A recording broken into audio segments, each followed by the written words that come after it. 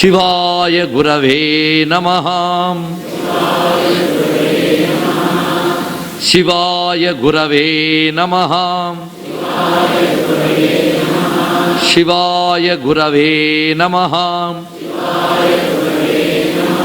శ్రీమాత్రే నమః.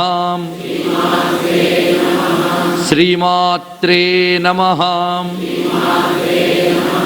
శ్రీమాత్రే నమః.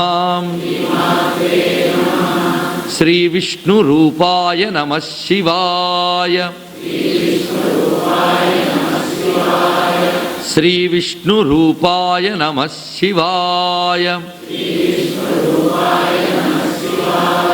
శ్రీ విష్ణు రూపాయ నమః శివాయ. ఓం నమో భగవతే రుద్రాయ. నమో మహద్భ్యో ఋషిభ్యో గురుభ్యో నమః. శివమయమైన సభా సదస్సుకు శవనీయ నమస్సులు సమర్పణ చేసుకుంటూ శ్రీ రుద్ర నమక మంత్రాల్లో 3వ అనువాకాన్ని చెప్పుకుంటూ ఉన్నాం.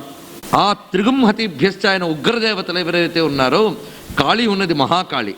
మహాకాళి పూర్ణ పరబ్రహ్మస్వరూపిణి. ఆవిడ నుంచి వ్యక్తమయ్యే కాళ్ళు చాలా ఉన్నాయి. భద్రకాళి, శ్మశాన కాళి, శ్యామాకాళి, కాళి, ఇలాంటి స్వరూపాలు కాళీ పురాణం మనకి కాళీ ఉపాసనా శాస్త్రంలో చాలా అర్థమవుతాయి. ఇవన్నీ త్రిగుంహతిభ్యశ్చ. ఇక ఉగణాభ్య అంటే ఉత్కృష్ట గణములు. ఉత్కృష్ట గణములు అంటే సప్తమాతృకులు, నవదుర్గలు అని ఎవరైతే చెప్తూ ఉన్నారో వారందరినీ ఉత్కృష్ట గణములు అని ఉగణాభ్య అని చెప్పబడుతున్నవి. అంటే రుద్రం అయ్యవారినే కాకుండా అమ్మవారిని కూడా ఎలా చెప్తున్నాయి, అలా ఉన్న రుద్రులకి నమస్కారం అని చెప్తున్నాయి. అంటే అది కూడా రుద్రుల యొక్క స్వరూపములే. ఆ విధంగా వ్యక్తమయ్యే అప్పుడు అందుకే జగన్మాత యొక్క వివిధములైనటువంటి ఉగ్రస్వరూపాలు ఇక్కడ వర్ణించారు. కొందరు అంటారు, అమ్మో అంత ఉగ్ర రూపాలంటే భయం అండి అని.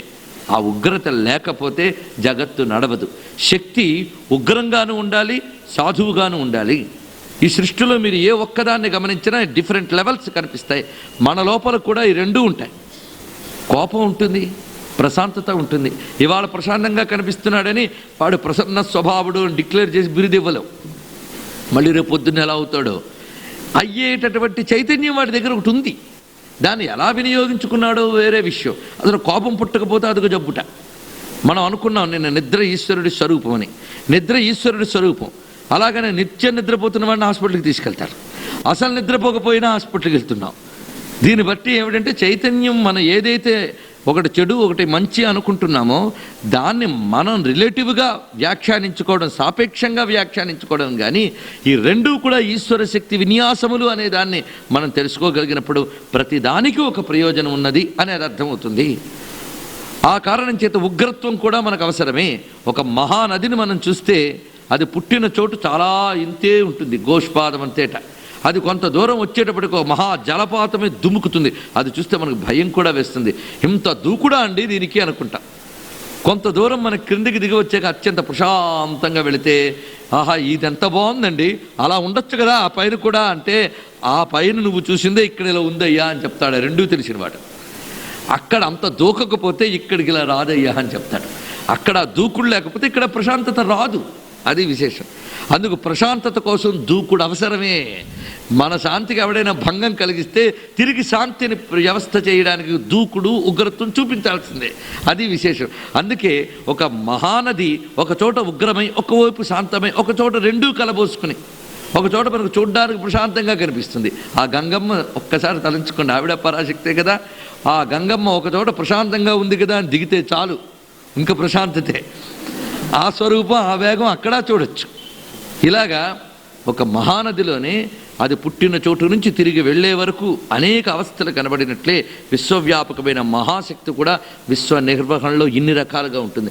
అలాగే మనలో ప్రసరించుతున్న ప్రసరణ లక్షణమైనటువంటి ప్రాణశక్తి, రుధిరము మొదలైనవన్నీ కూడా అన్ని అవయవాల దగ్గరికి ఒకే వేగంతో వెళ్ళవు. ఏ అవయవం దగ్గరికి ఏ వేగంతో వెళ్ళాలో వాటికి తెలుసు. ఎన్ని రకాలు ఉన్నాయో చూడండి, గమనించితే మన లోపలే ఇన్ని వేగాలు మెయింటైన్ అవుతున్నాయి. అందుకే అన్నారు విశ్వం ఏమిటో నువ్వు అదేనయ్యా. శరీరమే విశ్వం, అది గొప్ప ఆలోచన. ఇలా మనం పరిశీలించినప్పుడు ఆ పరమేశ్వరుడు కూడా భిన్న భిన్న సందర్భముల్లో తన ఉగ్రత్వాన్ని చూపిస్తాడు. ఆ ఉగ్రదేవతలు ఎందుకు అంటే రక్షణ కోసం, అది విశేషం. అలాగా రక్షణ స్వరూపులైనటువంటి ఆ ఉగ్రదేవతల అయిన స్త్రీ రూపముల్లో ఉన్న రుద్రులకు కూడా ఇక్కడ నమస్కరించి అమ్మవారి గణములన్నీ ఇక్కడ చెప్పారు. ఇవి ఎప్పుడో వచ్చిన గణాలు కాదండి, ఎప్పుడు ఉండే గణాలు కూడా. ఒక గ్రామంలో, ఒక నగరంలో కూడా రకరకాల దేవతలు ఉంటారు.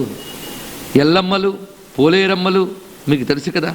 పొలిమేరమ్మే పోలేరమ్మ, ఎల్లల్లో ఉండే అమ్మాయి ఎల్లమ్మ, హద్దుల్లో ఉండే తల్లి ఆ శివార్లలో ఉండి గ్రామాన్ని కాపాడుకుంటూ ఉంటుంది. ఈ తల్లి కూడా అమ్మవారి యొక్క స్వరూపమే, జగదంబ యొక్క స్వరూపం, కాదనడానికి వీల్లేదు. అయితే ఆ తల్లి పూర్ణ స్వరూపుడే అయితే వీళ్ళు కళాంశాంశాంశాంశ స్వరూపాలు. ఎందుకంటే ఊరిని కాపాడడానికి అంత శక్తి అవసరం అంత పంపించింది అమ్మ, పూర్తి స్పిరిట్ని కాదు అక్కడికి. కనుక వాళ్ళ శక్తి ఆ ఊరికి పరిమితమై ఉంటుంది, ఆ ఎల్ల దాటదు. అందుకే ఎల్లమ్మ, పోలేరమ్మ. అలాగే రోగాలు మొదలైన వాటిని తెచ్చేటువంటి మరియమ్మలు ఉన్నారు. ఎన్ని రకాలో ఇలాగా ఈ విశేషమైనటువంటి స్వరూపాలతో ప్రతి గ్రామాలలో ఉండేటువంటి ఉగణాభ్యస్త్రిగుంహతిభ్యశ్చవో నమః. ఇవి ఎందుకు చెప్పారు అంటే మనం ఏ చోట ఈశ్వరారాధన చేస్తున్నామో ఆ ఊళ్ళో ఉండేటటువంటి ఈ అమ్మవార్లు కూడా అనుగ్రహించాలి అని కోరుకుంటున్నాం మనకు తెలియకుండా. అందుకే రుద్రాభిషేకం చేసినప్పుడు గ్రామ దేవతలు కూడా సంతృప్తి చెందుతూ ఉంటారు. ఒక గ్రామానికి, ఒక ఇంటికి, ఒక కులానికి కూడా అమ్మవారు వివిధ రూపాలతో అనుగ్రహిస్తుంటారు.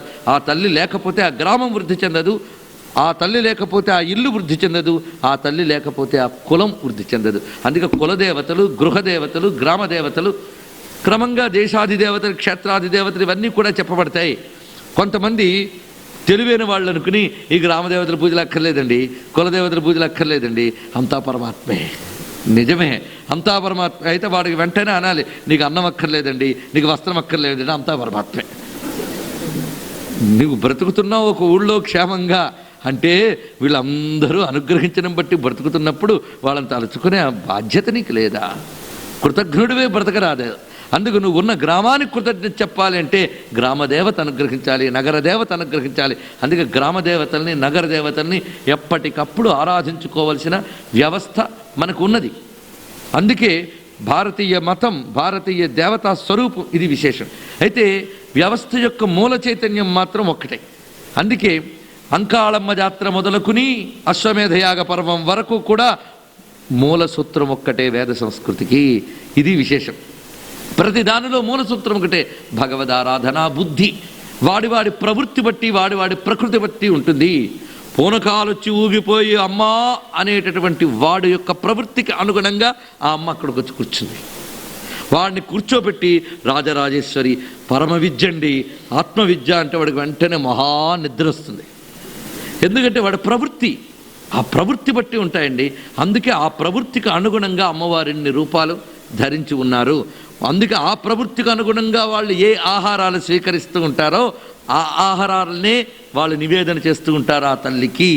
ఇవి విషయాలు. ఇవి తెలియక బలులు ఇవి ఏంటండి పిచ్చి అంటే మరి వీడు కోసి పార్టీలు చేసినప్పుడు లేదు, అది ఒకటి విశేషం. అక్కడ బలిచ్చేటప్పటికి వచ్చింది బాధ. ఏమిటి అర్థం చేసుకుంటున్నాం మనం? భారతీయ బలుల్ని నిరసించేటటువంటి పాశ్చాత్యుడు ఒక్క పూట కూడా మాంసం లేకుండా తినలేడు. వాడు మనకు చెప్తాడా మాంసం హింస మీ దేవాలయాల్లో ఉందని? ఏం అర్థం చేసుకుంటున్నాం మనం? ఉగ్రదేవతలు, తీవ్రదేవతలు తమ ప్రవృత్తి కలిగినటువంటి వారు. మనలో ఉన్నటువంటి ఆ తామసిక వృత్తి కలిగినటువంటి జీవులు వాటిని ఆహారంగా కలిగి ఉంటాయి. ఎందుకంటే సృష్టిలో ఒకే రకమైన ఆహారం అందరూ తినలేరు. వారి యొక్క స్వభావరీత్యా ఎకలాజికల్ బ్యాలెన్స్ ఒకటి ఉంది. మళ్ళీ ఆ బ్యాలెన్స్ బట్టి ఆయా ప్రవృత్తులు ప్రేరేపిస్తాయి. అందుకు ఒక రకమైన జీవన విధానం కలిగినటువంటి వారు ఒక రకమైన ఆహారాన్ని స్వీకరిస్తారు. అందుకే మన గ్రంథాల్లో నిషేధాలు ఒక పరిమితిగా కనిపిస్తాయి. ఎవరికి ఏది నిషేధమైన, అందరికీ ఒక నిషేధం, అందరికీ ఒక విధి కాదు. ఎందుకంటే రకరకాల ప్రవృత్తులు, రకరకాల వృత్తులు, రకరకాల జీవన సరళులు ఉన్నాయి. ఒకరినొకరేమో అనుకోవడానికి లేదు. యదన్నా వై మానవాహ తదన్నా వై దేవాహ, యద్భాషా వై మానవాహ తద్భాషా వై దేవాహ. నీది ఏ అన్నమో దేవతదే అన్నం ఉన్నారు. ఎంత గొప్ప విశేషం అండి. దేవతదే అన్నమో అది నీ అన్నం కాదు. దేవతకు అన్నమే అక్కర్లేదు, అది గుర్తుపెట్టుకోండి. ఆ దేవతా చైతన్యాన్ని నువ్వు తినే అన్నంతో సంతృప్తి పరిచినప్పుడు నువ్వు తిన్న అన్నం ద్వారా ఆ దేవత నిన్ను సంతృప్తి పరుస్తుంది. అది విశేషం. దీన్ని అర్థం చేసుకోవడానికే బలులు ఇచ్చేవాళ్ళు వాళ్ళు తినే వాటినే అమ్మవారికి నివేదన చేస్తున్నారు, కానీ వాళ్ళు తినని వాటిని చెయ్యరు. అందుకే ఆ శాకాహార నియమం కలిగినటువంటి వారు, దానికి సంబంధించిన వర్గం వారు వెళ్ళి నేను పోలేరమ్మ దగ్గరికి వెళ్ళిన కనుక బలిస్తాను అంటే వాడు బలైపోతాడు. అలా పనికిరాదు. వాడి బాధ్యత వాడే చేయాలట. అయితే వాడు ఎలా చేస్తాడు? ఉపారాలు పెడతారు. చాలామంది గుర్తుంటుంది. ఇప్పుడు అవి కూడా పోతున్నాయి. శ్రోత్రియుల ఇళ్లల్లో ఉపారాలు పెట్టడం ఉన్నది. వీళ్ళు ఈ గ్రామదేవతలు పరమేశ్వరి యొక్క తమశక్తి నుంచి ఉద్భవించిన అల్పశక్తులు. అల్పశక్తులు అంటే పరిమిత శక్తులు అని అర్థం. నాది అల్ప అనే మాటను ఇంకోలా అర్థం చేసుకోవద్దు. పరిమిత శక్తులు. ఈ పరిమిత శక్తుల్ని ఆరాధించేటప్పుడు ఈ పరిమిత శక్తులు ఆ ఊళ్ళో ఉండే వేద పండితుల్ని, మహానుభావుల్ని గౌరవిస్తాయట గ్రామదేవతలు. విశేషం. ఎందుకంటే అతడు వ్యవస్థ వీటికన్నా గొప్ప జీవన విధానంలో ఉన్నట్టు, అందుకు వాటిని గౌరవిస్తారు. వాళ్ళు వీటిని ప్రార్థిస్తారు. ఊరిలో ఈ మహమ్మారులు మొదలైనవి రాకుండా ఉండడానికి వాళ్ళు ప్రార్థించాలట. అందుకు వాళ్ళు ఏం చేస్తారంటే ఉపారాలు పెడతారు. ఇంట్లో గోడకు పసుపు రాసి అక్కడ వాటిని పత్తి పడగలు ఇవి పెట్టి ఉపారాలు పెట్టడం ఉంది. అక్కడ ఏ రూప నిర్మాణం కాదు, అంటే శక్తినే మనం ఆరాధిస్తున్నామని చెప్పడం అక్కడే కనిపిస్తున్నది. అది చేసి ఉపారం పెడతారు. ఉపారం పెట్టినప్పుడు మళ్ళీ ప్రాణాయ స్వాహ అపానాయ స్వాహ అనరాదు. ఎందుకంటే గ్రామదేవతలకి వైదిక మంత్రంతో పూజ వాళ్ళు స్వీకరించారు. చూడండి, వాళ్ళల్లోనే ఇన్ని వెరైటీస్ ఉన్నాయి. వాళ్ళు కేవలం చెయ్యి చూపించడమేట. అందుకే దేవతలు అంటే మనం అంతా ఒకటే ఈశ్వరుడు, అంతా ఒకటే ఆత్మ అని వ్యవహరించడానికి వీల్లేదు. అంతా ఒకటే ఆత్మ శరీరంలో ఉన్న కాలి మర్యాద కాలిదే, చేతి మర్యాద చేద్దే. ఎలాగో దేవతా వ్యవస్థ అంటే ఏమిటో మనకి జ్ఞానం లేకుండా పోతుంది.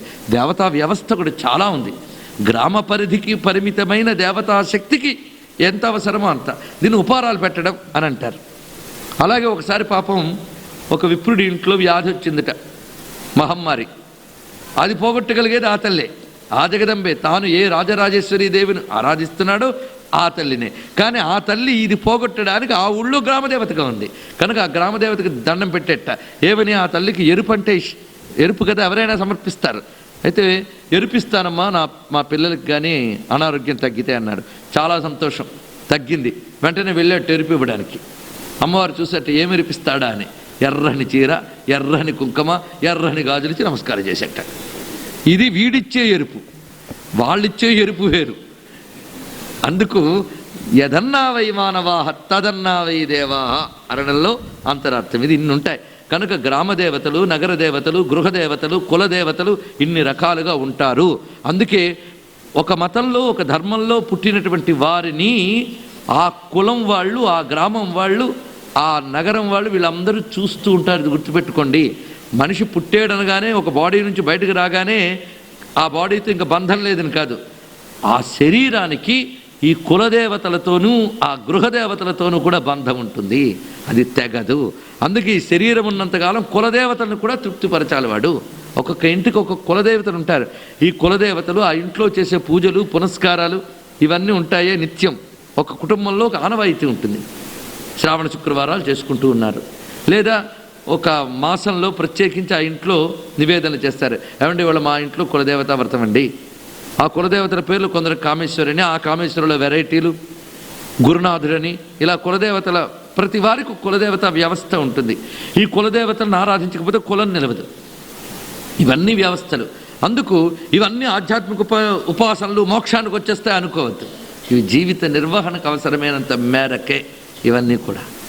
అందుకు ఈ దేవతల అనుగ్రహం కూడా కావాలి. అయితే ఎప్పుడైతే ఒక ధర్మంలో మనం పుట్టామో మన చుట్టూ ఏ దేహం స్వీకరించామో ఆ దేహం ఎవరి వల్ల స్వీకరించామో ఆ కులం యొక్క శక్తి దేహం అణువణువున ఉంటుంది. అందుకే ఆ కుల దేవతను తృప్తిపరచకపోతే వారి శాపాలకు గురవలసి వస్తుంది. పితృదేవతల్ని, కులదేవతల్ని తృప్తిపరచకపోతే శాపాలకు గురవలసి వస్తుంది.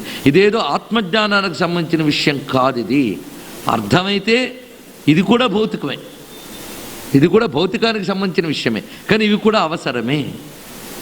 అందుకు ఈ వ్యవస్థను మీరు తెలుసుకోవాల్సిన అవసరం ఉంది. ఒక మతాన్ని మారేము అంటే కులదేవతల్ని గృహదేవతల్ని పూజించడం మానేశాం. అలా మతం మారిన వారికి ఆ కులదేవతలు గృహదేవతల శాపాలు తగిలి వంశం దెబ్బతింటుంది. ఇది గుర్తుపెట్టుకోండి. ఇవన్నీ ఇన్ని ఆంతర్యాలు ఉంటాయి. ఇలాంటి అందుకే మన సంస్కృతి పూర్తి విజ్ఞాన సంస్కృతి. దేవతా వ్యవస్థ అంటే ఏమిటి, దేవతల్లో వెరైటీస్ ఏమిటి, రాక్షసుల్లో వెరైటీస్ ఏమిటి, నీ చుట్టూ ఉన్న సూక్ష్మశక్తులు ఎన్ని రకాలు, నీ దేహంలో ఎన్ని ఉన్నాయి, ఇన్ని అబ్జర్వ్ చేసి ఒక గొప్ప జ్ఞానాన్ని ఇచ్చినటువంటి సంస్కృతి భారతీయ సంస్కృతి, హిందూ మతం అనే పేరుతో చెప్పబడుతున్నటువంటిది. ఇవన్నీ ఇంకా ఇంకా అర్థాలున్నాయి. ఆ అర్థం కావడానికి కొంతమేరకే నేను చెప్పగలిగాను. ఇప్పుడు ఇలాగ బహురూపములతో గ్రామములను కులములను వీటిని రక్షించగలిగేటువంటి శక్తులు ఏవైతే ఉన్నాయో అవన్నీ కూడా ఆవ్యాధినిభ్యో వివిధ్యంతిభ్యశ్చవో నమః ఉగణాభ్యస్త్రిగుంహతిభ్యశ్చవో నమః అనేటువంటి మంత్రంలో మనం భావిస్తూ ఉన్నాం. అలాంటి రూపములతో ఉన్న అమ్మవారులందరినీ చెప్పారు. ఇక్కడ నుంచి మళ్ళీ విశ్వరూపంలోకి ప్రవేశిస్తూ ఉన్నాం. నమో గృత్సేభ్యో గృత్సపతిభ్యశ్చవో నమః. గృత్సేభ్య,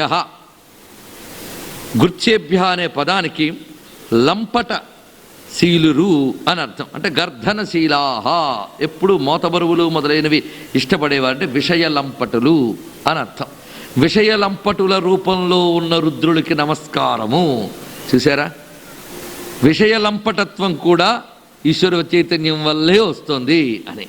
విషయలంపటత్వం అనేటటువంటిది లేకపోతే ప్రపంచం నడవదు. గృత్సేభ్యో గృత్సపతిభ్యశ్చవో నమః. ప్రపంచం నడవదుట. అది ఎలాగో చూడండి. లంపటత్వం అంటే అర్థం ఏంటి? ఒక వస్తువుపై తీవ్రమైన మోహాన్ని మనం లంపటం అని అంటాం.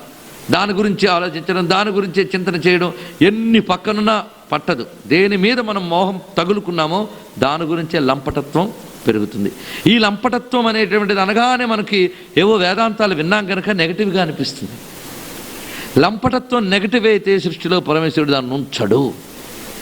లంపటత్వం కూడా ఈశ్వర శక్తి విశేషం చేతే ఉంటుందిట. అది ఎలాంటిది అంటే ఈ లంపటానికి మోహం అని అంటాం. మోహం కూడా భగవంతుని యొక్క స్వరూపమే. మోహం లేకపోతే జగత్తు వెళ్ళదుట.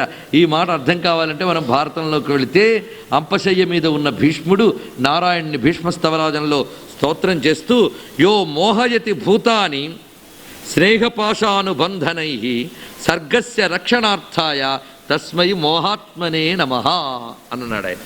అంత గొప్పగా చెప్పారు చూడండి. మోహాత్ముడైన విష్ణువునకు నమస్కారము. అంత గొప్ప మాట అండి.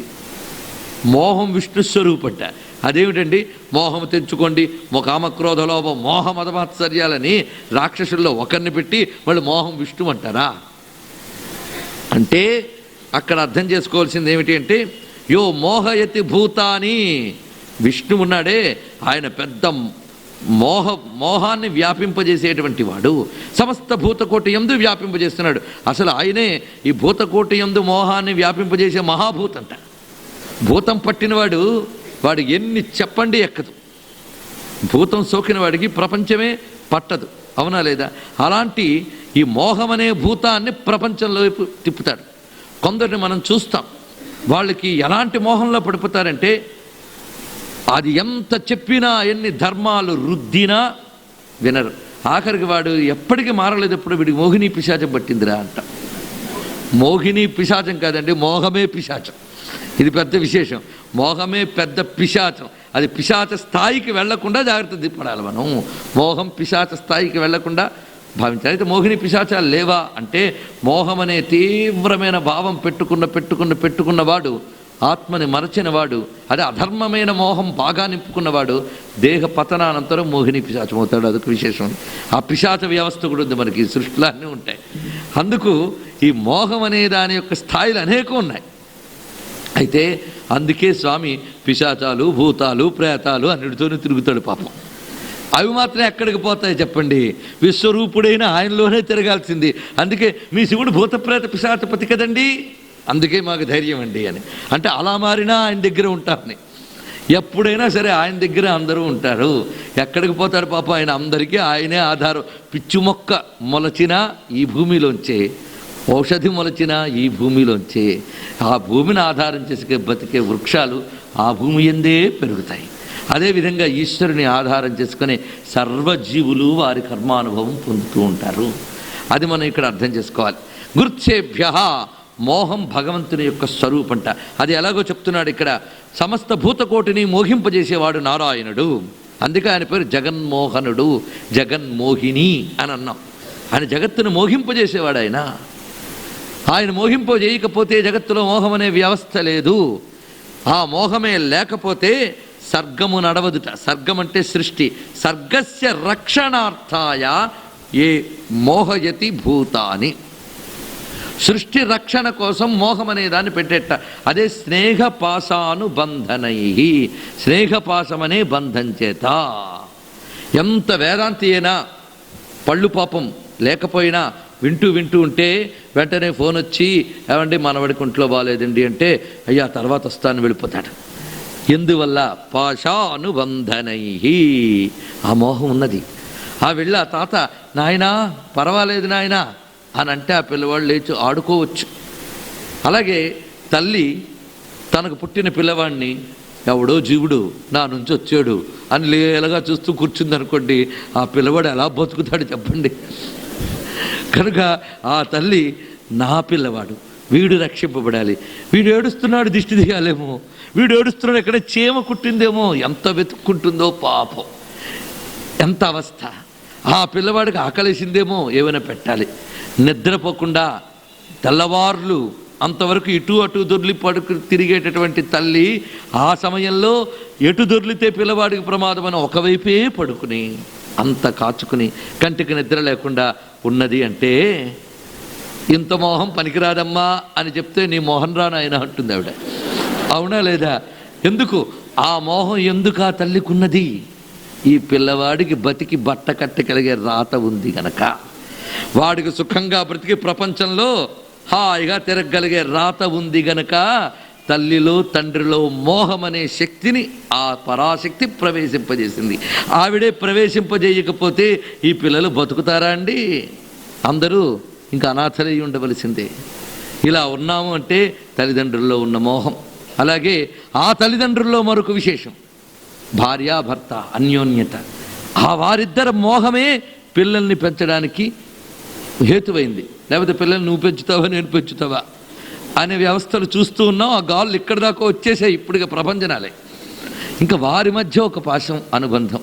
ఇలాగా ఒక మనిషిని ఒక మనిషితో కలిపి బంధం నిలపడానికి, ఒక ధార్మిక వ్యవస్థ ఏర్పాటు చేయడానికి నారాయణుడు మోహం అనే దాని రూపంలో ప్రవేశించట. మోహాన్ని ప్రవేశింపజేసాడు కాదు, మోహంగా తానే ప్రవేశించాడు. అది విశేషం. తస్మై మోహాత్మనే నమః.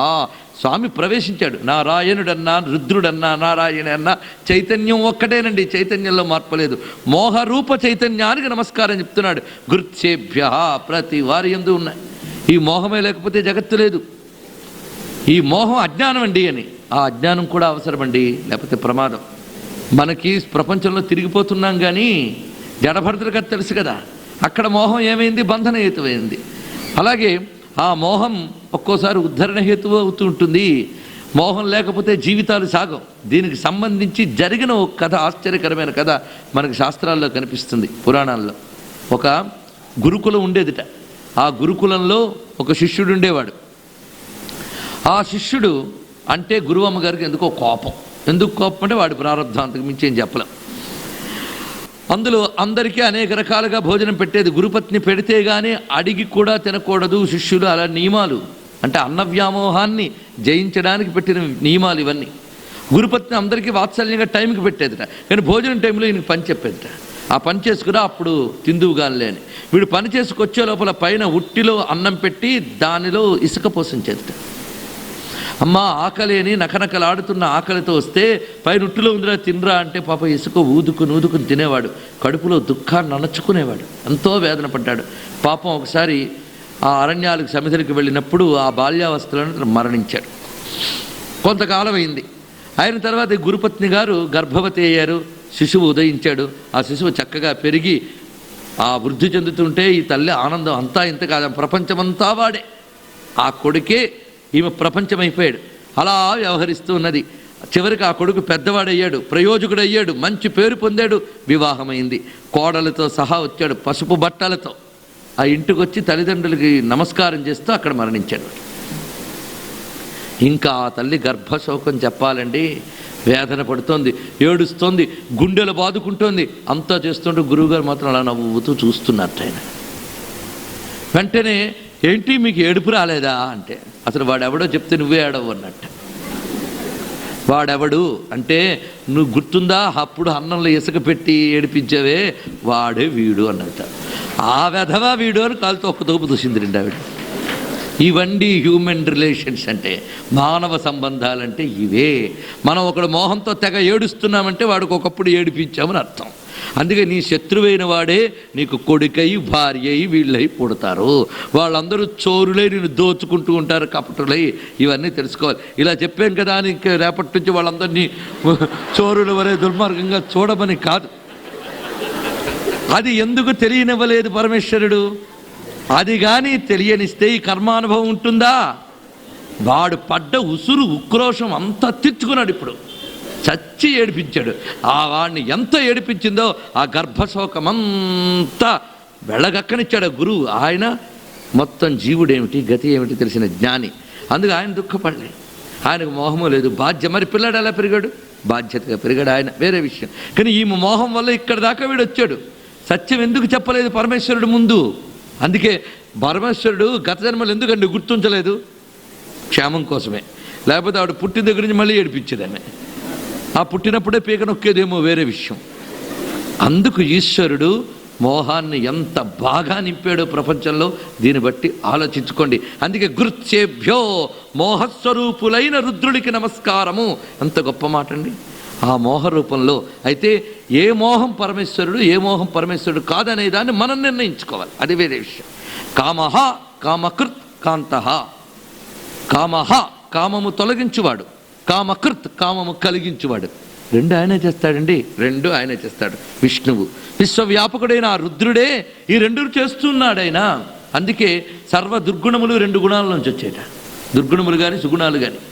కామయేష క్రోధయేష రజోగుణ సముద్భవ. ఈ కామం వికారమే మోహం లోభం అనేటువంటిది. మనకు చెప్పే కామక్రోధ లోభ మోహ మద మాత్సర్యములు ఉన్నాయే, కామ వికారం నుంచి వచ్చినవే కామ మోహ లోభ మద.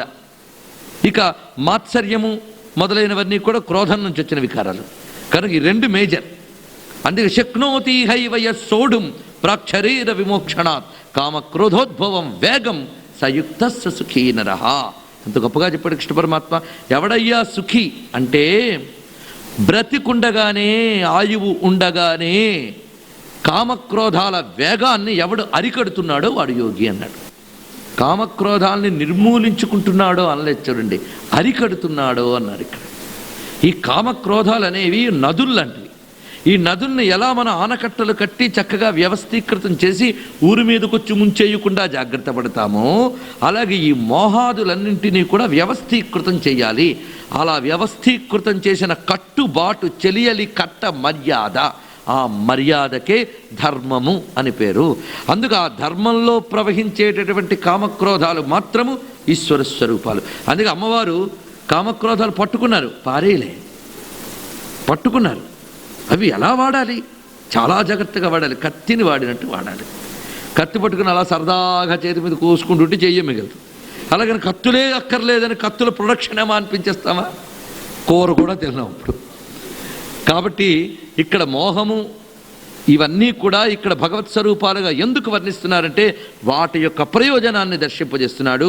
మోహరూపుడైన రుద్రుణ్ణి మనం గన నమస్కారం చేస్తే మనకు అధర్మపరమైన ఘోర రూపమైన మోహం రాకుండా అఘోరమైన మోహం వచ్చి మనల్ని తరింపజేస్తుంది.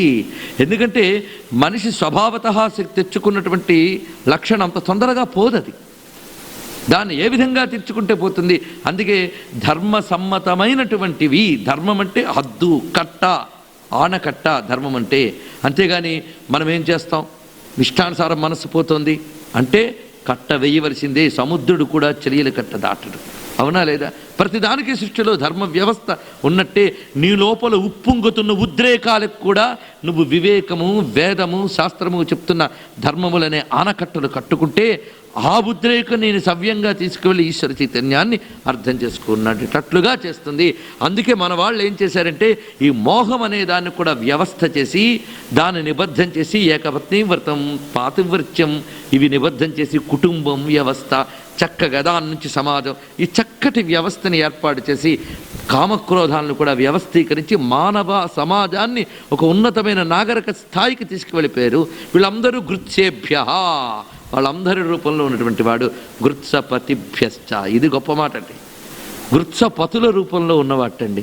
అంటే లంపటాలు ఉన్న వాళ్ళలో లంపటంగా ఉన్నవాడు ఈశ్వరుడే, అయినా ఆ లంపటాలు ఆయనకు అంటకుండా ఉన్నవాడు అని కూడా అర్థం. అందుకే పతి అనే మాట ఇక్కడ గొప్ప విశేషం.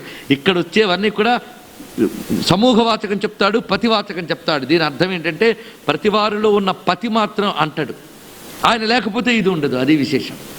అసలు పతి లేకపోతే మోహము ఉండదు, ఏమి ఉండదు, ఒట్టి బాడీ. ఆ బాడీని కూడా మిగల్చాం, అంతే కదా. లోపల పతి ఉంటేనే మోహమో, కామమో, క్రోధమో ఏదో ఒక చైతన్యం వెలగబడుతుంది ఈ శరీరంలో. ఎంత వెలగబెట్టడానికి ఆయన వెలగబెట్టిస్తున్నవాడు మాత్రం పతి అయి ఉన్నాడు. దీన్ని పంపిస్తూ కంట్రోల్ చేస్తూ దీనికి అంటకుండా ఉన్నాడు. ఆయన నువ్వు పట్టుకుని, స్వామి నీ చేతిలో ఉంది ఈ పాశం, పశుపతి ఇది నన్ను అటు ఇటు పడేయకుండా సవ్యంగా చూడవయ్యా అని వేడుకోవాలి.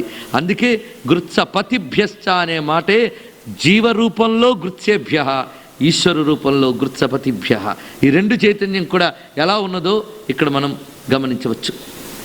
ఈ విధంగా ఈశ్వర చైతన్య విన్యాసం ఇక్కడ ప్రతి నామంలో మనం దర్శిస్తూ ఉంటే దీనికి వైదిక ప్రమాణంలో శాస్త్రసమ్మతమైన భాష్యం ఎలా ఇచ్చారంటే శాఖాచంద్రవత్ అన్నారు. ఇక్కడ శాఖాచంద్రవత్ అంటే చంద్రుడు ఎక్కడ ఉదయిస్తున్నాడు అని అడిగేటెవరు? పసిపిల్లవాడికి చందమామ ఎక్కడున్నాడో చూపించాలి. చూపించినప్పుడు ఆ మేడ మీదకి తల్లి తీసుకెళ్ళి చందమామను చూడు, చందమామను చూడు, ఎక్కడున్నాడమ్మా? అదిగో మామిడి చెట్టు చూసావు కదా, ఆ మామిడి చెట్టు కొమ్మ మీద చందమామ ఉన్నాడు అంటే భలే భలే అని చప్పట్లు కొట్టాడు వాడు. అబద్ధమా ఇది? మన అబ్బాయి కాదండి అంటాం, కాదా?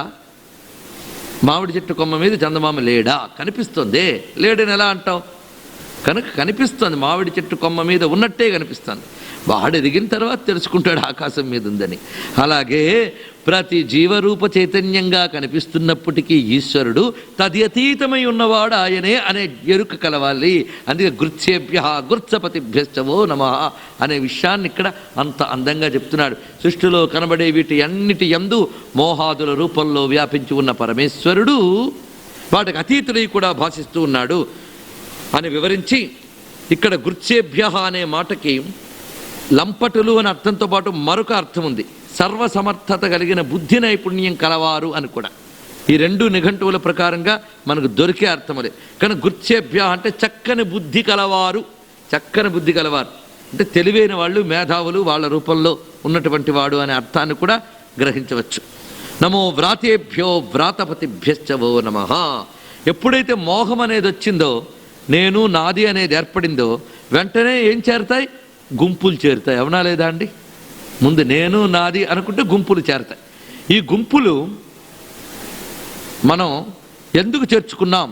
జీవన నిర్వహణకి అవసరాలు. ఇవన్నీ కూడా జీవితం ఒక్కడి వల్ల ఏది సాగదు. మన ఆలుబిడ్డలు మాయ, అన్నదమ్ములు మాయ అని మాట్లాడుతూ పాటలు పాడుతూ ఉంటాం. కానీ వాళ్ళిద్దరూ లేకపోతే ఆ పాట పడడానికి తిండి పెట్టే వాళ్ళు కూడా ఉండరు.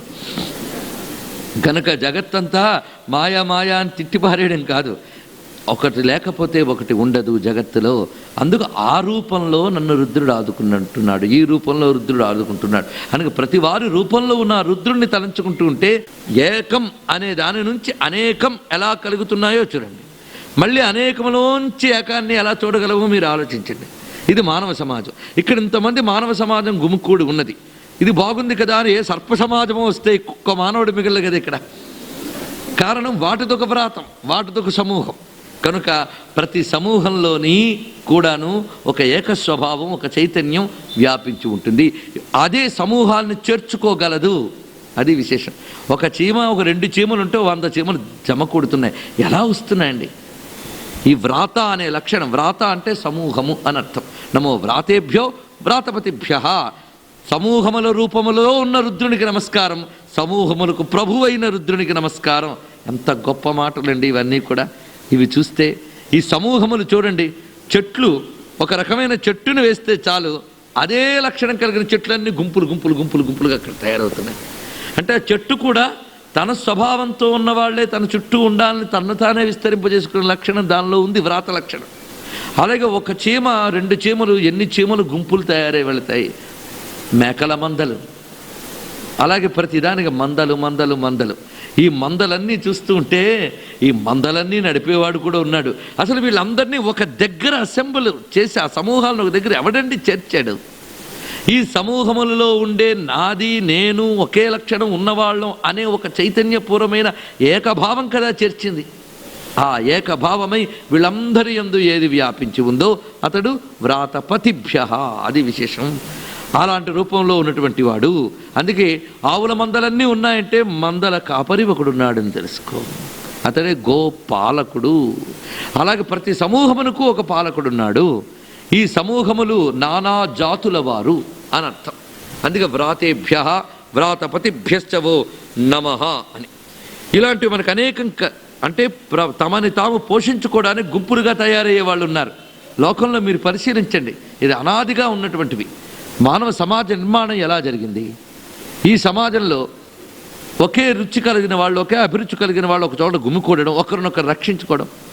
మనందరం ఇల్లు కట్టుకుని ఊరు తయారు చేసుకున్నాం, తద్వారా అందరూ రక్షణ కల్పించుకుంటూ ఉన్నాం. ఈ సమూహం అనే వ్రాత లక్షణం మనలో లేకపోతే మనకు ఆ బుద్ధి పుట్టదు, ఆ వ్యవస్థే రాదు. అవునా లేదా? అదే లేకపోయింటే అడవుల్లో తిరుగుతూ ఏ జంతువుల చేతో తినబడుతూ కాలక్షేపం చేసేవాళ్ళం. వ్రాతేభ్య అనే లక్షణం వ్యాపించి ఉంది గనక చీమలు మొదలుకొని మన వరకు అందరిలోనూ ఉంది. ఇదేదో మానవుడి ఘనతను మాత్రమే అనుకోవద్దు. మానవుడు బుద్ధిజీవి, వాడు ఎదిగాడు, సమాజమును తయారు చేసుకున్నాడు, అంతో అభివృద్ధి సాధించాడు. అయ్యా, ఈ సమాజాన్ని మించిన బ్రెయిన్తో అంత సమూహంతో చీమల వ్రాతము కూడా తిరుగుతుంది అక్కడ. వాటికి గొప్ప సమాజం ఉంది, వాటిలో కూడా వ్రాతపతులు ఉన్నాయి. అవునా లేదా? రాణి చీమ, లేబర్ చీమ, క్లరికల్ చీమ, అకౌంటెంట్ చీమ, ఇవన్నీ ఉన్నాయట అక్కడ. చీమల గురించి పుస్తకాలు కూడా వచ్చాయి. అలా ఎలకలు, పేటికి వాటికి ఇలాగా ప్రతి దానికి ఏ ఐక్యత వల్ల సమూహం ఏర్పడుతుందో ఆ ఐక్యతే దానికి పతిత్వమై నడుపుతూ ఉంటుంది. అందుకే సమూహముల రూపంలో ఉన్న రుద్రునికి నమస్కారం, సమూహములకు పతి అయిన రుద్రునికి నమస్కారం. కొందరు సంచార జీవనలు తిరుగుతూ ఉంటారు, వాళ్ళందరూ ఒకే వేషం, ఒకే భాష, ఒకే లక్షణం. యాత్రికులు, గుంపులు, ఈ గుంపులు కట్టే లక్షణం, గుంపులు నడిపేవాడే లక్షణం ఈశ్వరుని చైతన్యం చేత ఉన్నటువంటివే. ఈ గుంపులన్నీ కూడా నా పట్ల శుభము కలిగించుగాక నమస్కరించడానికి వ్రాతేభ్యో వ్రాతపతిభ్యశ్చవో నమః అన్నారు. అయితే గుంపు అని ఒక వాచకంగా చెప్పేసాం, కానీ గుంపుల్లో గుంపులు ఉన్నాయండి. మనిషిలో ఎన్నెన్ని భిన్నత్వాలు ఉన్నాయో అందం. అది చెట్లు అని ఒక మాట్లాడేస్తాం, అందమే. కానీ చెట్లలో వెరైటీలు ఇంకెంత ఉందామండి. గులాబీ తోట, ఒకే గులాబీ పెంచండి ఉందండి. అల్ల తోట చూసాం, బోల్డ్ వెరైటీస్ ఆఫ్ గులాబీలు ఎంతో బాగున్నాయి. ఆ భిన్నత్వంలో ఉన్న సౌందర్యం ఒకటి ఉంది, అనేక రకములైన గులాబీలు. అలాగే జగత్ అనే ఒక పెద్ద తోటలో అనేక రకములైన సౌందర్యాలు ఉన్నాయి. వీటన్నిటికి ఒక మాలి ఉన్నాడు. ఆ మాలిని తెరుచుకుంటే గులాబీలన్నీ ఒకటైపోనక్కర్లే, ఆ మాలి చైతన్యమే వీటన్నిటినీ నడుపుతుందని తెలిస్తే ఒకదాన్నొకటి దెబ్బలాడుకోకుండా ఉంటే ఆ సమత్వం చెప్పింది భారతీయ సంస్కృతి. అది విశేషం. సమత్వం తెలియజేసేటువంటిది వేదాంత విషయం అటుంచుదాం. సమత్వ దృక్పథం అంటే ఏంటో అర్థం చేసుకోండి. భిన్నత్వంలో ఏకత్వ దర్శనం అని ఇప్పుడు ఏ నినాదాలు చేస్తున్నామో ఆ నినాదాలు మన వేదం ఏనాడో చెప్పింది, అర్థం చేసుకోవాల్సింది. వ్రాతేభ్యో వ్రాతపతిభ్యశ్చవో నమః. నువ్వు నీ సౌకర్యం కోసం ఎన్ని సమూహాలుగా విభజింపబడ్డా ఏకంగా ఉన్న ఒక చైతన్యాన్ని తెలుసుకో. స్త్రీ సమాజం, పురుష సమాజం, స్త్రీ మహిళా అభ్యుదయ సంఘం, పురుషాభ్యుదయ సంఘాలు పాపం లేవు అంటే వీడికి అభ్యుదయం అక్కర్లేదు, అలాగే ఆల్రెడీ అభ్యుదయం అయిపోయారు. మొత్తానికి మహిళా అభ్యుదయ సంఘం. ఏం మానవాభ్యుదయ సంఘాలు లేవా? మహిళాభ్యుదయం అంటే అదొక సమూహం. వాళ్ళకు కావలసిన కొన్ని అవసరాలు ఉన్నాయి, వాళ్ళకు కావలసిన కొన్ని లక్ష్యాలు ఉన్నాయి, అవి సాధించడానికి వాళ్ళు సమూహంగా ఏర్పడ్డారు. అలా ఎవరికి వాళ్ళు సమూహంగా ఏర్పడ్డారు. ఈ సమూహాలు మరో సమూహాల మీద పడి నాశనం చేయడానికి ఏర్పడినవి కావు, ఆ సమూహములకు ఉన్నటువంటి ప్రయోజనాలను నెరవేర్చుకోవడానికి ఏర్పడినటువంటివి. అందుకే ఒక గుంపు మరో గుంపుని దెబ్బతీయకుండా వారిని వారు కాపాడుకోవడానికి సంఘాలు ఏర్పడాలి, కానీ పోరాటాల కోసం సంఘాలు కావు. ఇది విశేషం. కనుక సంఘములు సమూహములు అనేటువంటిది ఈశ్వర చైతన్య లక్షణ విశేషంగా గమనించినప్పుడు వీటి మధ్య కూడా ఐక్యత్వాన్ని మనం చూడగలం. ఈ వ్రాతములే గణములుగా కూడా ఉన్నాయన్నారు. నమో గణేభ్యో గణపతిభ్యశ్చవో నమః. గణమన్నా గుంపే, వ్రాతమన్నా గుంపే. ఏమిటి మరి రెండు రకాలుగా ఎందుకు చెప్పారండి అంటే, వ్రాతము అంటే పూర్తి ఏకలక్షణం కనిపించకపోవచ్చు.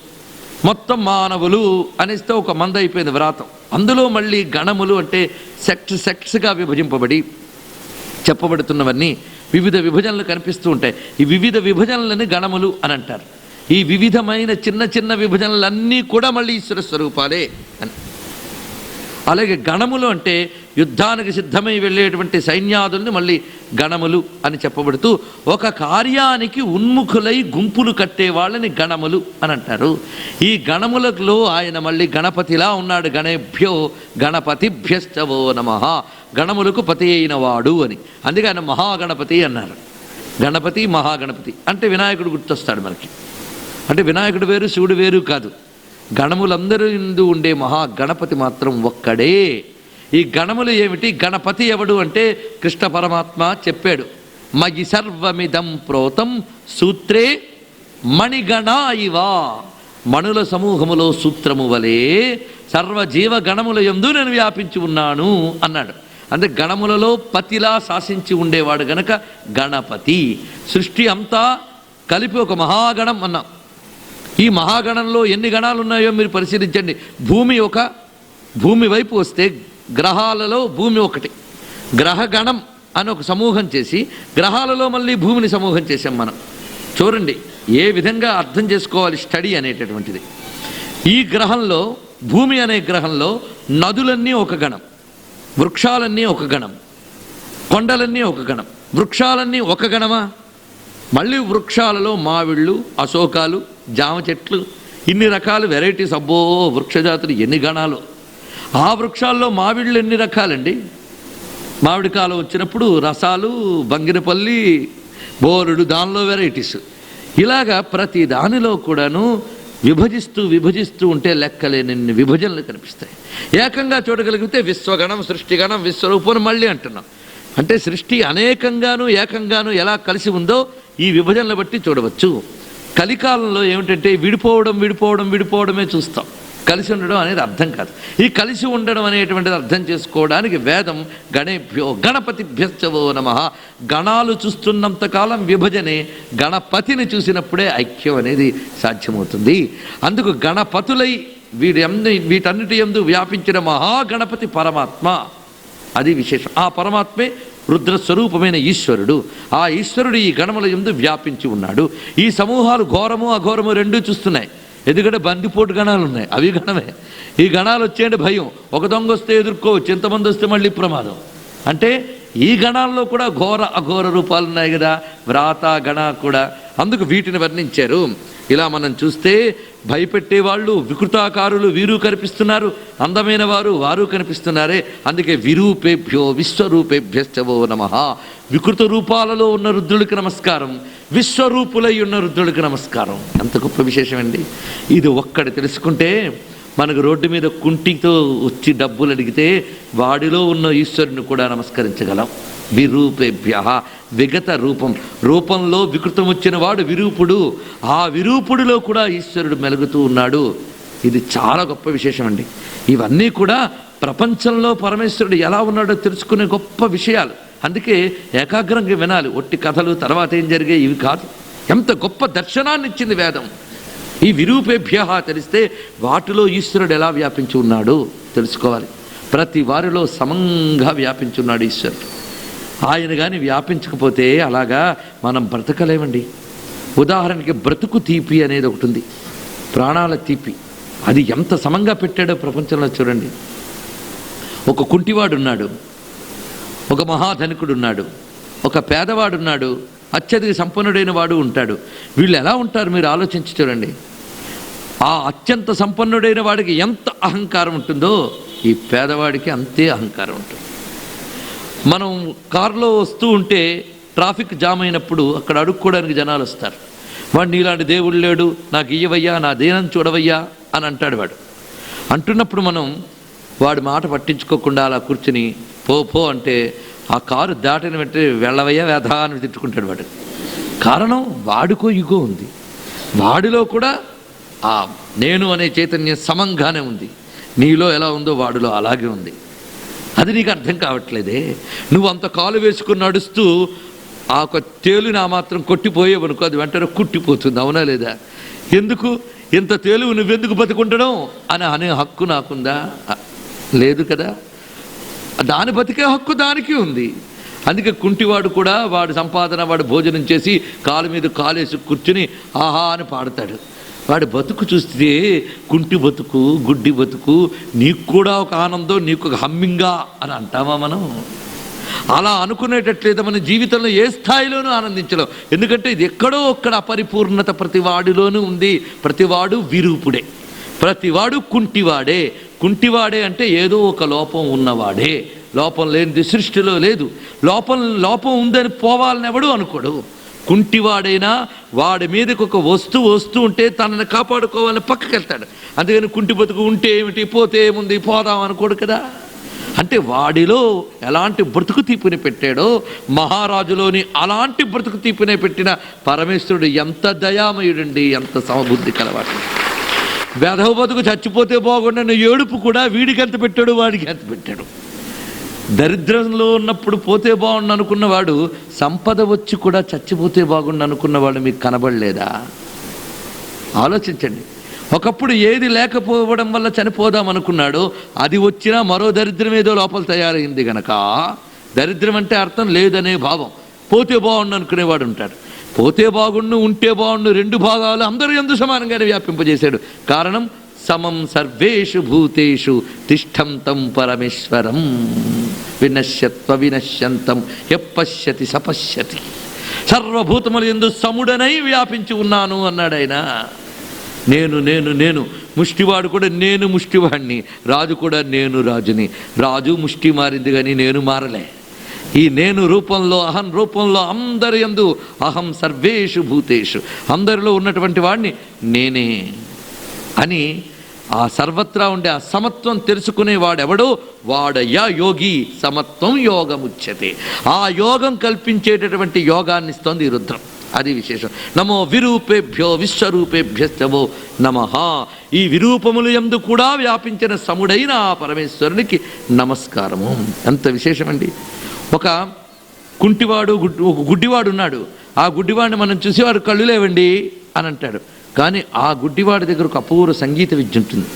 ఇన్ని కళ్ళు, ఇన్ని చెవులు, ఇంత కంఠం ఉన్న వీడి దగ్గర ఏమీ ఉండదు. అంటే ఒక చోట లోపం కనబడ్డా మరొక చోట ఒక పూర్ణత్వం ఉంటుంది. ఈశ్వరుడు అలా ఏర్పాటు చేస్తాడు. మన కర్మానుభవం మనకి ఇస్తూనే తన దయని ఎలా ఇచ్చాడో చూడండి. అది ఈశ్వరుని కారుణ్యం, అపారమైన కారుణ్యం. ఆ సమబుద్ధితో సర్వ జీవకోటి యందు నేను అనే భావంతో వ్యాపించి ఉన్నవాడు గనక వారందరి యందు కూడా నేను నేను నేను నేను అని స్ఫురిస్తున్న ఏ పరమాత్మ ఉన్నాడో అతడే విరూపేభ్యో విశ్వరూపేభ్యశ్చవో నమః అని కీర్తించబడుతున్నాడు. ఇలా చూస్తే ఎక్కడున్నాడయ్యా విష్ణువు? నమో మహద్భ్యః క్షుల్లకేభ్యశ్చవో నమః. గొప్పవారి యందు ఉన్న రుద్రునికి నమస్కారం, తక్కువ వారి యందు ఉన్న రుద్రునికి నమస్కారం. మహద్భ్యః అంటే గొప్పవారు. ఒక్కొక్కరు ఒక్కొక్క దానిలో మహాత్ములు. ఒకటి సంగీతంలో మహాత్ముడు, ఒకటి సాహిత్యంలో మహాత్ముడు. ఒక్కొక్కళ్ళు ఒక్కొక్క సిద్ధి. అణిమా మహిమ గరిమా లఘిమా మొదలైన సిద్ధులన్నీ ఉన్నవాళ్ళు మహద్భ్యః. అవేవీ లేని వాళ్ళు క్షుల్లకేభ్యశ్చ. ఇది వ్యవస్థ యొక్క స్వరూపం. అందుకు ఏ ఒక్కదాన్ని తక్కువగా చూడరాదు. ఇది విశేషం అన్నమాట. జ్ఞానాల్లో గొప్పవాడైన వాడి యందు పరమేశ్వరుడు ఉన్నాడు, జ్ఞానం లేని వాడి యందు పరమేశ్వరుడు ఉన్నాడు. అది విశేషం. అలా ఏర్పరిచి ఎంత అందం చేశాడు చూడండి. అదే లేకపోతే వ్యక్తీకరణ అనేది ఉండదు. ఒక పండితుడు ఉంటాడు, ఒక మూర్ఖుడు ఉంటాడు. ఇద్దరు ఎందుకు ఉండాలి ప్రపంచంలో? పండితుడు అనేవాడు ఉంటేనే మూర్ఖుడికి జ్ఞానం అనేది ఇస్తున్నాడు. కనుక పండితుల్లో ఉండే జ్ఞానాన్ని బయటకు తీయడానికి పనికొచ్చాడు మూర్ఖుడు అనేటటువంటి వాడు. కనుక వాడు దేనికి పనికొచ్చాడు? వీళ్ళు ఉన్నదాన్ని బయటకు తీసుకొచ్చాడు. కనుక సృష్టి ఆదాన ప్రదాన వ్యవస్థ దేనికి ఏర్పడిందంటే ఒక చోట ఉన్నదాన్ని ఇంకో చోట లేని చోటకు పంపేటప్పుడే అది పూర్ణత్వాన్ని సంతరించుకుంటూ వెళుతూ ఉంటుంది. ఆ ఈశ్వర చైతన్యం ఈ విధంగా నిర్వహించబడుతూ ఉంటుంది. కనుకనే ఇక్కడ మహద్భ్యః క్షుల్లకేభ్యశ్చవో నమః అది విశేషం. ఈ సమత్వ స్థితి తెలిసినటువంటి వాడు తాను ఉన్నత స్థితిలో ఉన్న మిగిలిన వాళ్ళని తక్కువగా భావించడు. ఇది తన యోగం చేత, ఈశ్వరానుగ్రహం చేత ఇందులో నేను మహత్తు, వాడిలో మరో మహత్తు ఉంది. ఇప్పుడు ఒక గొప్ప సంగీత కచేరీ చేసేవాడి దగ్గరికి గొప్ప ఇంజనీర్ వచ్చాడు. ఆ ఇంజనీర్ గారిని కూర్చోబెట్టారు. ఈయన గారు పాడుతూ ఉంటే ఆహా అద్భుతంగా పాడారండి అని వాడు 2 చేతులు ఎత్తి నమస్కరించాడు. వెంటనే వాడికన్నా వీడు గొప్పవాడు అనుకుంటాడా? లేదు. రేపు పొద్దున వీడు ఇల్లు డిజైన్ చేయాల్సి వస్తే వాడి దగ్గరికి వెళ్ళి డిజైన్ చేయరా బాబు అంటాడు. వాడు డిజైన్ చేసిన వెంటనే ఎంత అద్భుతంగా డిజైన్ చేశారండి, దండం పెట్టడం వీడు వంతయింది. ఒక విషయంలో వాడు మహద్భ్య, అప్పుడు వీడు క్షుల్లకేభ్య. ఇప్పుడు వీడు మహద్భ్య, వీడు క్షుల్లకేభ్య. కనుక సృష్టిలో ఒకడేమీ లేదండి. ఎంత అటు ఇటు పరిగెత్తేవాడైనా కాలు తెగితే కుట్టేవాడు చెప్పు కుట్టేవాడి దగ్గరికి, కాలు చెప్పు తెగితే కుట్టేవాడి దగ్గరికి వెళ్ళవలసిందే. వాడు కొట్టే వరకు వెయిట్ చేయాల్సిందే. అంతే కదండి. ఎంత తలకాయ ఉన్నవాడైనా ఆ తల మీద పెరిగిపోయేవి ఉంటే వాడు కత్తిరించేవాడి దగ్గరికి వెళ్ళి తల ఇవ్వాల్సిందే. అప్పుడు వాడు మహద్భ్య, వీడు క్షుల్లకేభ్య. అందుకోసం సృష్టిలో ఈ ఎక్కువ తక్కువ అనేది కాలం బట్టి, అవసరం బట్టి, పరిస్థితి బట్టి బహువిధములుగా వ్యక్తమవుతుంది. కానీ దీనిలో నిజమైన భేదబుద్ధి తత్వతః లేదు. దీన్ని బట్టి మన సమాజ స్వరూపాన్ని ఎలా అర్థం చేసుకోవాలండి? సృష్టిలో జీవికి ఉన్న వివిధ అవసరాలను తీర్చడానికి పరమేశ్వరుడు ఒక్కొక్కరి యందు ఒక్కొక్క నైపుణ్యంగా ప్రకాశిస్తూ ఉన్నాడు, ఒక్కొక్క సందర్భంలో ప్రకాశిస్తూ ఉన్నాడు. అందుకు సమత్వ దర్శనం అనేది దాని యొక్క యథార్థ స్వరూపం అవగతం చేసుకోవాలంటే రుద్రాన్ని అధ్యయనం చేయాలి. ఆ జ్ఞానాన్ని ఇస్తుంది. సమత్వం అనేటువంటి సోషలిజం అనేటటువంటి దాని యొక్క స్పష్ట స్వరూపం, ప్రాక్టికల్ స్వరూపం వైదిక ధర్మంలో మాత్రమే ఉందని నిక్కచ్చిగా మనం చెప్పవచ్చు. సమత్వం అంటే సమన్వయం, సాంకర్యం కాదు. అది విశేషం. కలియుగంలో విడిపోవడం, కలపడం ఈ రెండూ కూడా భయంకరంగా ఉంటాయి. విడదీయడం అంటే అర్థం నువ్వు తక్కువ నేను ఎక్కువ అని విడిపోవడం ఎప్పుడూ పనికిరాదు. నీ మర్యాద నా మర్యాద, హద్దులెరిగి ప్రవర్తించడం. ఒక స్త్రీ అనేటటువంటి లక్షణం ఒక్కటైనా భార్య, తల్లి, అక్క, చెల్లి అనేటువంటి మర్యాదలతో వివిధ ఉపాధుల్ని వివిధ విధాలుగా గౌరవిస్తున్నట్లుగానే సమాజంలో వివిధ స్థాయిల్లో వివిధమైన వారిని గౌరవిస్తాం. అయితే అందరూ స్త్రీలే అని అన్నింటినీ ఒకలా చూడడం ఎంత ఘోరమో, ఈ సమత్వం అనేటువంటి దాన్ని సాంకర్యం స్థితిలోకి తీసుకెళ్ళరాదు. సాంకర్యం వేరు, సమన్వయం వేరు. సమత్వం లక్ష్యం. సమత్వం అనే లక్ష్యాన్ని సమన్వయంతో సాధించాలే తప్ప సాంకర్యంతో సాధించరాదు. సాంకర్యంతో సాధిస్తే అసలు ఏదీ సిద్ధించదు, వికృతమైపోతుంది. బాగా గుర్తుపెట్టుకోండి. అంతేకాదండి, మెదడులో ఏదో పార్ట్ పోతే కాలి ముక్కలోంచి తీసుకెళ్ళి అతికించితే ఏమవుతుంది? మెదడు ఏ అవయవానికి దాని స్థానం దానికి ఉంటుంది. అయితే గుండెలో ఒక నరం దెబ్బతింటే అందులో అతికించవలసిన నరాన్ని మరో ఇంద్రియంలోంచి తీయవచ్చు. కనుక ఏది ఎక్కడ కలుస్తుంది, ఏది ఎక్కడ కలవదో తెలియాలి. ఆ వ్యవస్థని కూడా ఏనాడో వైజ్ఞానికంగా నాగరికంగా ఎదిగిన వైదిక సమాజం ఏర్పాటు చేసి చక్కటి స్పెషలైజేషన్ అనే దాన్ని తయారు చేస్తుంది. నాలెడ్జ్ పెరుగుతున్న కొద్దీ స్పెషలైజేషన్ పెరుగుతూ ఉంటుంది. స్పెషలైజేషన్ పెరగడం అంటే డివిజన్స్ పెరుగుతున్నాయని అర్థం చేసుకోవద్దు. ఆ స్పెషలైజేషన్. అందుకే భారతదేశం స్పెషలైజేషన్స్ని ఆవిష్కరించిందే తప్ప ముక్కలు చేయలేదు సమాజాన్ని. రకరకాల వారిలో ఉండే ప్రత్యేకతలు, ఈ ప్రత్యేకతలు అన్నింటి యందు ఒక్కటే ఉందని తెలుసుకో అని చెప్పింది కూడా ఈ దేశమే. కనుక మనకి ఐక్యతని, ఏకత్వాన్ని ఎవడో వచ్చి చెప్పక్కర్లేదు, స్పష్టంగా ఉంది. ఇక్కడ వీరందరినీ నమస్కరిస్తున్నాం, అది చూడండి. ఇక్కడ విరూపేభ్యో విశ్వరూపేభ్యో లిస్ట్ ఇవ్వలే. నమః నమః నమః, వారికి నమస్కారం నమస్కారం నమస్కారం ఎందుకంటున్నారంటే వారిలో కూడా ఈశ్వర చైతన్యం ఉంది. ప్రతి దాని ముందు నమ్రుడయుండు, తల ఎగరయ్యకు నమ్రుడయ్యుండు, అది నమస్కారం. ఎందుకంటే వాడిలో ఈశ్వరుడు ఉన్నాడు. వాడి ముందు తల ఎగరేసావా, వాడు నీ తల ఎగరేసేసే రోజు వస్తుంది, జాగ్రత్త. అందుకే నరవానరులెంత తల ఎగరేసిన రావణాసుడు 10 తలలు కూడా ఎగరవేసిన వాళ్ళు నరుడు వానరులే, గుర్తుపెట్టుకోండి. అందుకు నమ్రతాభావం, ప్రతి దానిలో ఉన్న ఈశ్వర చైతన్యాన్ని గుర్తించి గౌరవించగలిగేటువంటి ఉదాత్తమైన సమన్వయ సంస్కృతిని రుద్రం ఇంత చక్కగా అర్థం చెప్తోంది. అంటే రుద్రాన్ని ఇప్పుడు ఎన్ని యాంగిల్స్లో మనం అర్థం చేసుకున్నాం? వ్యక్తి జీవితం, సామాజిక జీవితం, పాలనాపరమైన వ్యవస్థాగతమైన జీవితం, ఆధ్యాత్మిక జీవితం, ఇన్ని రకాలుగా చెప్పిందంటే మనిషి అంటే ఇన్ని రకాలు కలిపి మనిషి, అది విశేషం. ఇన్ని రకాలు విడివిడి కాదు కదా. మనిషికి వ్యక్తిగత జీవితం ఉంది, కుటుంబగత జీవితం ఉంది, సామాజిక జీవితం ఉంది, దేశగతమైన జీవితం ఉంది, ప్రపంచగతమైన జీవితం ఉంది, ఆత్మగతమైన జీవితం ఉంది. ఇన్ని కలిపి సాధించినప్పుడే వాడు పరిపూర్ణుడైన పురుషుడవుతున్నాడు. ధర్మ అర్థ కామ మోక్షములు 4 సాధించిన వాడే పూర్ణ పురుషుడవుతున్నాడంటే అర్థం ఇది. ఆ 4 ఇన్ని వ్యవస్థలు సాధించడానికి అనువైనటువంటి విజ్ఞానాన్ని, వివేకాన్ని, విద్యని అందిస్తున్నది ఈ రుద్రం. ఇలాంటి ఈ విద్యతో ఐహిక భౌతిక ప్రయోజనాలు పొందుతూనే పారమార్థికమైన ఆత్మజ్ఞానం పొందగలిగేటువంటి తాత్విక చింతన, వివేచన అందజేశారు. అటువంటి ఆ శబ్దస్వరూపుడైనటువంటి రుద్ర నమక మంత్రస్వరూపుడైన ఆ రుద్రునికి నమస్కారాలు అర్పణ చేసుకుంటూ రేపటి రోజున మిగిలినటువంటి విషయాన్ని చెప్పుకుందాం. ఈ రోజుకి ఇంతటితో స్వస్తి.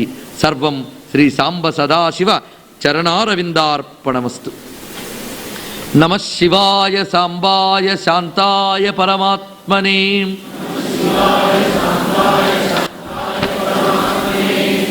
నమః శివాయ సాంబాయ శాంతాయ పరమాత్మనే.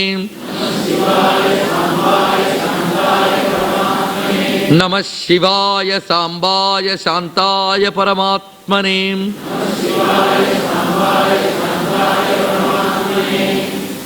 స్వస్తి ప్రజాభ్యః పరిపాలయంతాం న్యాయేన మార్గేణ మహిం మహిషాః. గోబ్రాహ్మణేభ్యः శుభమస్తు నిత్యం. లోకాः సమస్తాः సుఖినో భవంతు. కాలే వర్షతు పర్జన్యః పృథివీ సస్యశాలినీ. దేశోऽयं క్షోభరహితో బ్రాహ్మణాः సంతు నిర్భయాः. అపుత్రాः పుత్రిణः సంతు పుత్రిణः సంతు పౌత్రిణः. అధనాः సధనాः సంతు జీవంతు శరదాం శతం. మంగళం కోసలేంద్రాయ మహనీయ గుణాత్మనే. చక్రవర్తి తనూజాయ సార్వభౌమాయ మంగళం. వేద వేదాంత వేద్యాయ మేఘశ్యామలమూర్తయే. పుంసాం మోహన రూపాయ పుణ్యశ్లోకాయ మంగళం. వసుదేవసుతం దేవం కంసచాణూరమర్దనం. దేవకీ పరమానందం కృష్ణం వందే జగద్గురుం. శ్రీకృష్ణం వందే జగద్గురుం. ఉమాకాంతాయ కాంతాయ కామితార్థప్రదాయినే. శ్రీగిరీశాయ దేవాయ మల్లినాథాయ మంగళం. శ్రీభ్రమరీశాయ మంగళం. కాశీక్షేత్రనివాసాయ విశ్వనాథాయ మంగళం. కైలాసాచలవాసాయ సాంబదేవాయ మంగళం. శ్రీ మహాదేవాయ మంగళం.